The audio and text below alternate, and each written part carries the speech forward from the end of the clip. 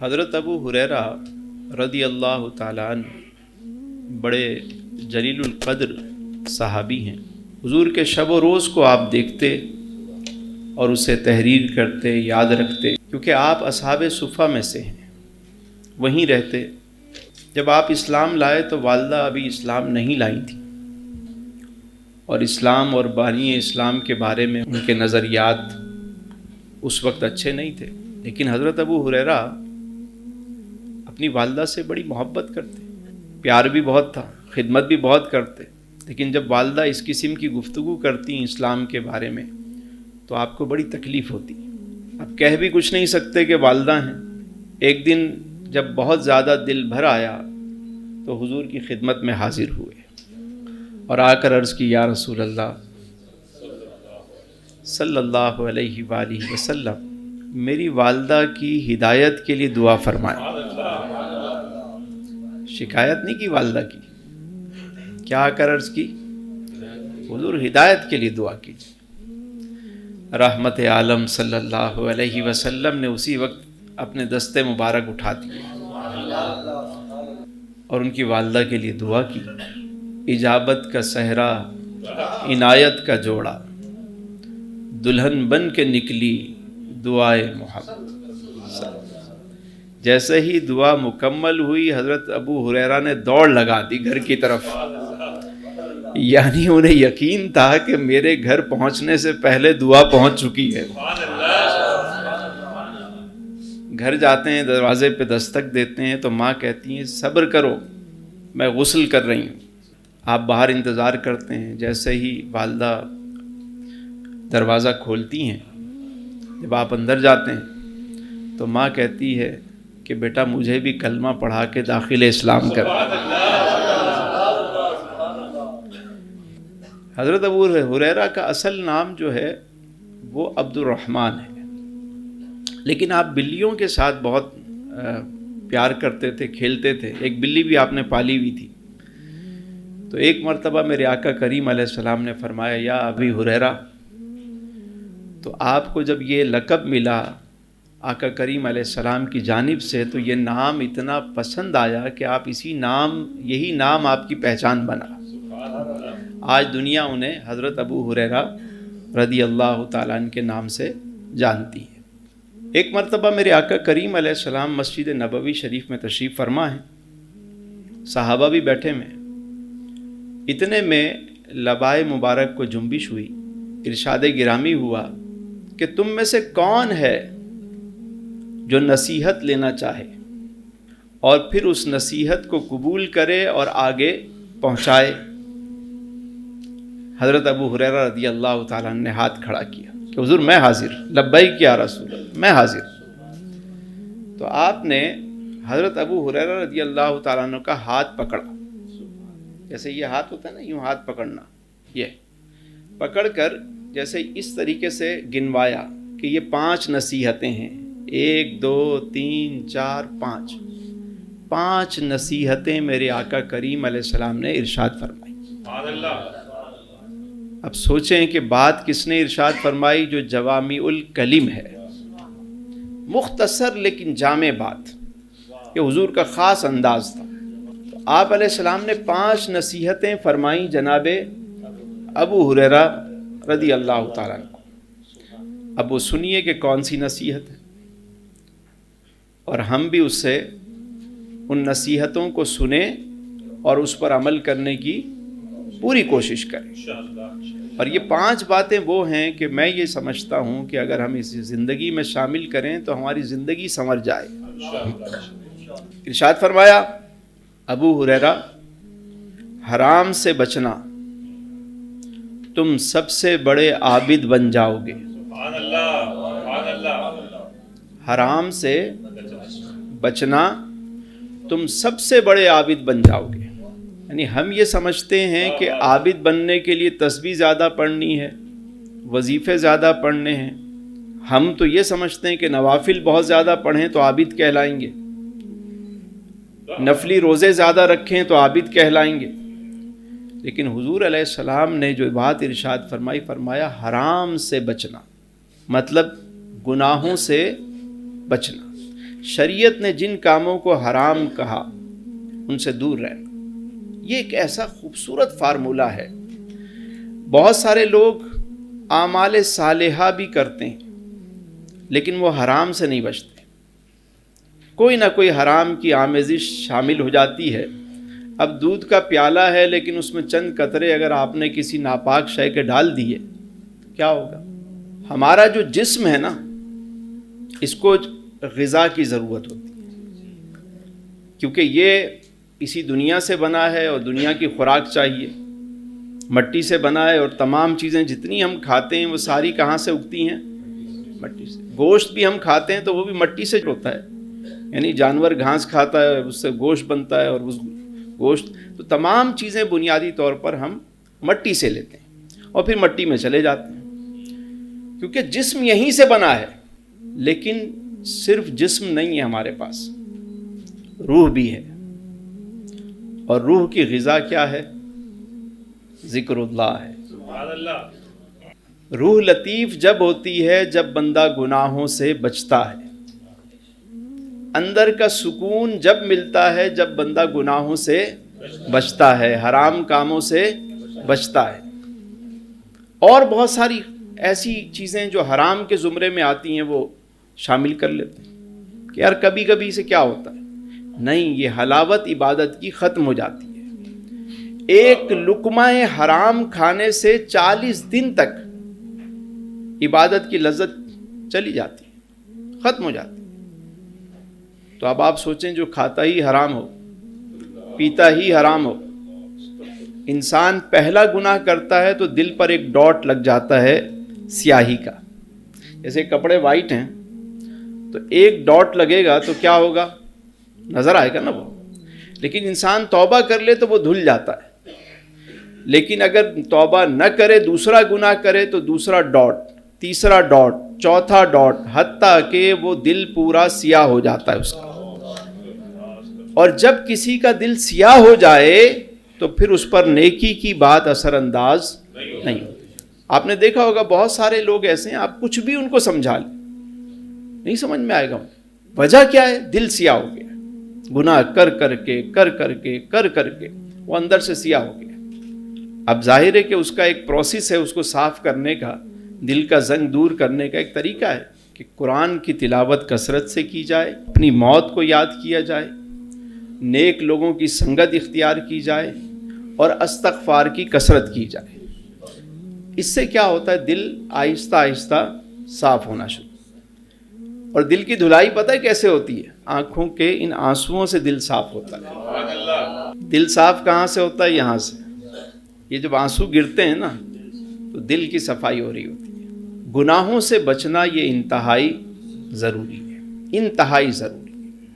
تو میرے آقا کریم علیہ السلام نے کیا بات، پہلی بات ارشاد فرمائی؟ حرام سے بچنا، تم سب سے بڑے عابد بن جاؤ گے. دوسری بات، کیا خوبصورت بات ارشاد فرمائی. ارشاد گرامی ہوا ابو ہریرہ، اللہ کی تقسیم پر راضی ہو جاؤ تم سب سے زیادہ غنی ہو جاؤ گے. کمال بات. یعنی سب سے بڑا غنی کون ہے؟ جو اللہ کی تقسیم پر راضی. ہم سمجھتے ہیں کہ غنی وہ ہے کہ جس کے پاس مال زیادہ ہے، دولت زیادہ ہے. میں نے تو بڑے بڑے مالداروں کو دیکھا ان کا پیٹ نہیں بھرتا. یعنی اتنا مال جمع کیا ہوا ہے لیکن پھر بھی حل من مزید. کیوں؟ کیونکہ یہ انسانی فطرت ہے کہ اس کو ایک سونے کی وادی مل جائے تو وہ کہے کہ دوسری مل جائے. انسان کا پیٹ صرف قبر کی مٹی بھرتی ہے، باقی کوئی چیز نہیں بھر سکتی. ہاں اگر کوئی بندہ راضی ہو جائے. علاج کیا ہے؟ راضی ہو جاؤ. علاج کیا ہے؟ راضی ہو جاؤ. تم راضی ہو جاؤ گے، وہ راضی راضی ہے. میں نے پوچھا بابا اللہ بندے سے کب راضی ہوتا ہے؟ فرمایا بیٹا جب بندہ اللہ سے راضی ہوتا ہے. اتنی سی بات ہے، تم راضی ہو جاؤ، اللہ کی تقسیم پر راضی ہو جاؤ. بس راضی ہو جاؤ اور شکر کرنا شروع کرو، تمہاری نعمتوں میں اضافہ شروع ہو جائے گا. یہ جو زندگی میں گلے شکوے ہیں یہ ختم جس نے کر لیا نا. دیکھیں میرے آقا کریم علیہ السلام نے یہ بات ارشاد فرمائی کہ اللہ کی تقسیم پر راضی ہو جاؤ, تم سب سے زیادہ غنی ہو جاؤ گے, مالدار تم کہلاؤ گے کیونکہ تم راضی ہو. وہ بابا جی تھے, ایک بندہ تھا نوجوان, MBA کر کے آیا نیا مارکیٹنگ میں, مچھلیاں پکڑتے تھے 3, ایک اللہ کی راہ میں تقسیم کر دیتے, ایک اپنے گھر کے لیے استعمال کرتے اور ایک کو بیچ کر کوئی اپنا خرچ. روزانہ 3 مچھلیاں پکڑتے, ایک تقسیم اللہ کی راہ میں, ایک پکا لی گھر کے لیے استعمال کے لیے مہمانوں کے لیے, اور ایک کو بیچ دیا. تو وہ نوجوان کہنے لگا بابا جی ذرا محنت کرتے ہیں, کماتے ہیں زیادہ. کہنے لگے بیٹا اچھا پھر کیا ہوگا؟ کہنے لگے ہم کشتی خریدیں گے. اب پھر کیا ہوگا؟ کہنے لگے کہ مال اور آئے گا, ہم اور کشتیاں خریدیں گے. پھر کیا ہوگا؟ فشری میں اپنا ویئر ہاؤس ہوگا. پھر کیا ہوگا؟ ہم ایکسپورٹ کریں گے. اب پھر کیا ہوگا؟ کہا پھر ایک بڑا سا بنگلو بنانا. اور کہا پھر کیا ہوگا؟ کہنے آرام سے بیٹھ کے وہاں پہ آپ پھر سگار پینا. تو بابے نے کہا یار بات یہ ہے کہ میں آرام سے تو اب بھی بیٹھا ہوا ہوں, ہو سکتا ہے جو اتنا بڑا سرکس تو مجھے بتا رہا ہے اس کے بعد یہ آرام بھی چلا جائے. کیونکہ انسان مال کماتا رہتا ہے, انجوائے کروں گا انجوائے کروں گا انجوائے کروں گا. جب وہ انجوائے کرنے کا وقت آتا ہے تو وہ دانت ہی نہیں ہوتے, چک مارتا ہے تو پتہ چلا دانت ہی نہیں ہے. تو اللہ کی تقسیم پر راضی ہونا اور اپنے حصے کی محنت کرنا, رزلٹ اس پہ چھوڑ دیں, جو رزلٹ آ رہا ہے اس پہ راضی رہیں اور محنت اپنی جاری رکھیں. مومن کا آج اس کے کل سے بہتر ہوتا ہے, وہ اپنی کوشش کرتا ہے. مومن ایک سوراخ سے 2 دفعہ نہیں ڈسا جاتا, ایک غلطی بار بار نہیں کرتا, اپنے آپ کو بہتر کرتا ہے. لیکن اللہ کی تقسیم پر وہ زباں پر شکوائے رنج و علم لایا نہیں کرتے, نبی کے نام لیوا غم سے گھبرایا نہیں. تیسری بات میرے آقا کریم علیہ السلام نے ارشاد فرمائی, اپنے پڑوسی سے حسن سلوک کرنا, تم حقیقی معنوں میں مومن بن جاؤ گے. کیا خوبصورت بات ارشاد فرمائی کہ پڑوسی سے حسن سلوک تم کامل مومن بن جاؤ گے. کیا خوبصورت نسخہ ہے. آج ہمارا کیا حال ہے, گھر والے بھی بیزار, باہر والے بھی بیزار. مطلب ہم حسن سلوک کس کو کہتے ہیں؟ کیا صرف مسکرا کے ملنا, اپنی ذات سے اسے کوئی تکلیف نہ دینا. یہاں تو یہ حال ہے کہ رات کو صاحب 12 بجے آتے ہیں گھر میں اور فل آواز میں ٹی وی کھول دیتے ہیں. بھائی کراچی میں ہمارے یہاں 12 بجے کا ٹائم ہے, 11-12 بجے لوگ سوتے ہیں, اس سے پہلے تو نہیں سوتے.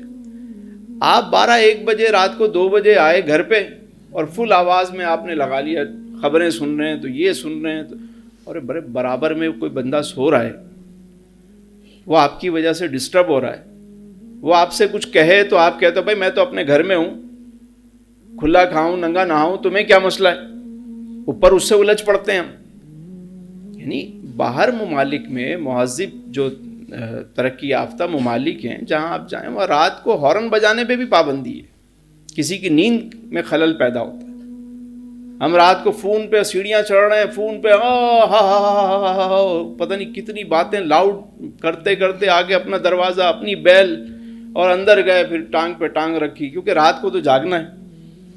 اب ایک بندے پڑوسی کو اگر صبح اٹھ کے جانا ہے, ہمیں اس سے کوئی پرواہ نہیں. ہم یہ سمجھتے ہیں کہ پڑوسی صرف یہی ہے جو ہمارے آس پاس کے لوگ ہیں, جو برابر میں جس کی میرے ساتھ جس کی دکان ہے وہ میرا پڑوسی نہیں ہے, وہ بھی تو پڑوسی ہے.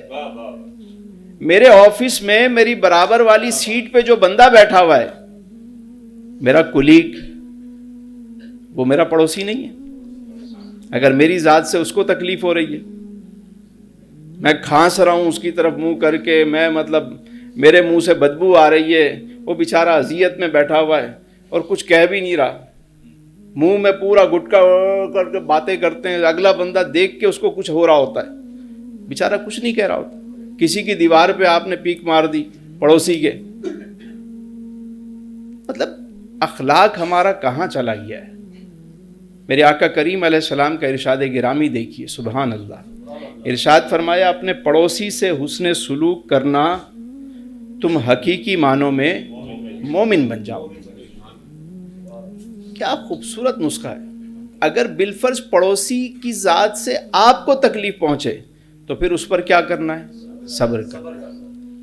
یہ میرے آقا کریم علیہ السلام کی تعلیمات ہیں. اور پھر ارشاد گرامی یہ بھی ہے کہ وہ ہرگز مومن نہیں ہو سکتا جو خود تو پیٹ بھر کے کھانا کھائے اور اس کا پڑوسی بھوکا ہو.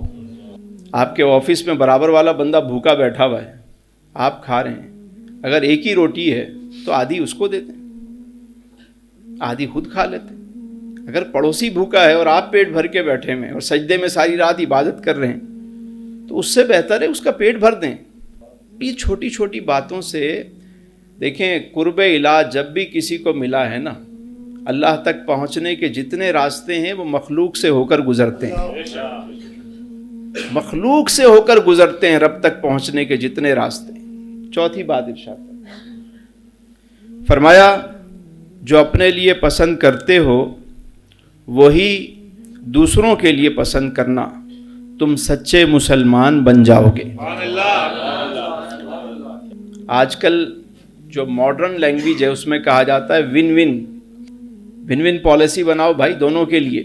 یہ تو آج کی بات کر رہے ہیں نا. وہ میرے آقا کریم علیہ السلام نے ون ون کی بات کب کی؟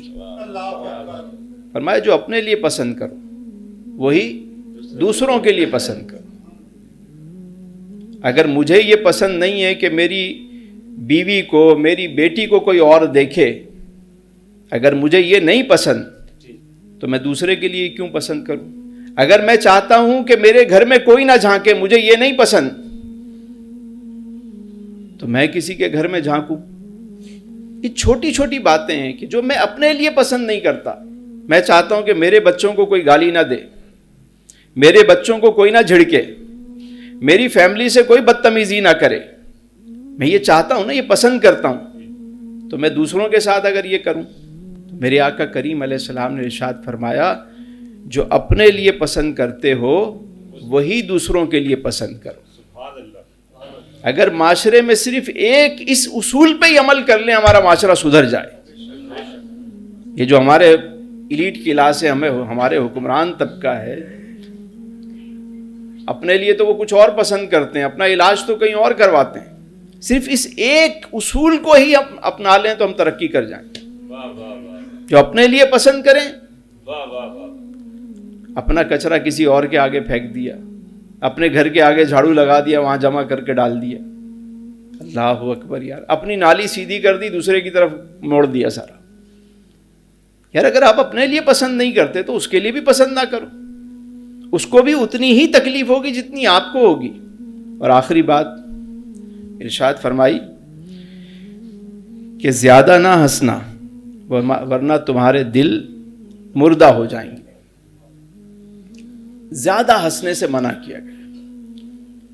مسکرانا یہ تو صدقہ ہے, خوش اخلاقی دین کا حصہ ہے. آپ ہنس سکتے ہیں, مسکرا سکتے ہیں, ضرورتاً آپ نے ہنس لیا, مسکرا لیا, یا مسلمان بھائی کو دیکھ کے مسکراتے ہیں, خوش ہوتے ہیں, ہنستے ہیں, کوئی ممانعت نہیں. لیکن یہ جو ہر وقت لافٹر چل رہا ہے, یہ جو آج کل ہمارے یہاں چل پڑا ہے, کسی مسلمان کی تکلیف کو دیکھ کے ہنسنا شروع کر دیتے ہیں. مطلب اب تو پتہ نہیں وہ کیا جملہ چل رہا ہے کہ وہ بڑھ گیا. اب ایک بندہ بیچارہ گرا پڑا ہے, مطلب تکلیف میں ہے, وہ بیچارہ سلپ ہو گیا, گر گیا. ہونا تو یہ چاہیے کہ مسلمان کی تکلیف کو دیکھ کے آپ کو درد ہو, آپ ویڈیو بنا کے اس پہ یہ ہنس رہے ہیں, کہہ لگا رہے ہیں. ایک اصول یاد رکھیے گا, بڑی اہم بات ہے. یہ اتنی سی بات ہے, اس کو لازمی یاد رکھیں. کم سے کم یہاں جو آئے ہیں وہ یاد رکھیں, جو سنیں گے اس کو وہ لازمی اس بات کو یاد رکھیں کہ ہم جس چیز پہ خوش ہوتے ہیں وہ چیز ہماری طرف لوٹ کر آتی ہے.